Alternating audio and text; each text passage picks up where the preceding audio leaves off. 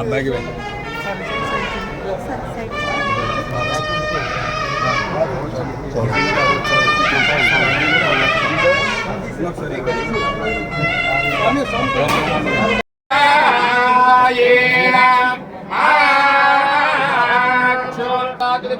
శ్రీమంతో మహంతో గృహంతో వేదోక్తం ప్రపోర్ణమాయభవంతః శ్రీమంతో మహంతో గృహంతో శ్రీభూతమేత శ్రీలక్ష్మీన్ సుమత్తామి దేవతా ప్రసాదేన యజమానస్య రాజద్వారే రాజముఖే सर्वदा दिग्विजयता सिद्धिरेत्पदभवन्तः श्रीमन्तो महन्तो न गृह्णन्तो नित्यं श्रीलक्ष्मी नृसिंहत्तामि देवता प्रसादेन यजमानस्य गृहे धनकनकवस्तुवाहन समृद्ध्या आचन्द्रार्कं वंशाभिवृद्धिरेत्पदभवन्तः श्रीमन्तो महन्तो न गृह्णन्तो श्रीभूतमेत श्रीलक्ष्मी नृसिंहत्तामि देवता प्रसाद सिद्धिरस्तु यजमानस्य संकल्पित समस्त कार्य दिग्विजयता सिद्धिरे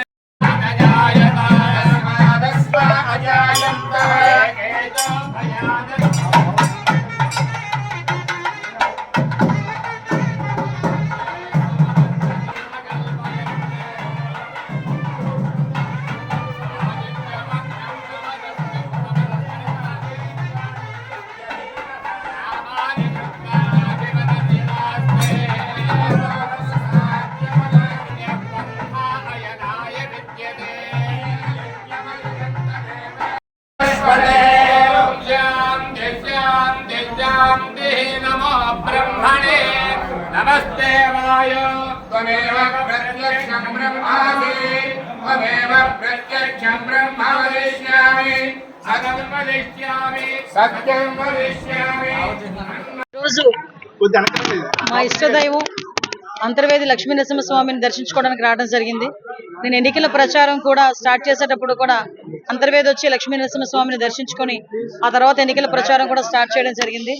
అందులో భాగంగానే గెలిచిన తర్వాత వద్దామని నేను ఇక్కడికి అనుకున్నాను.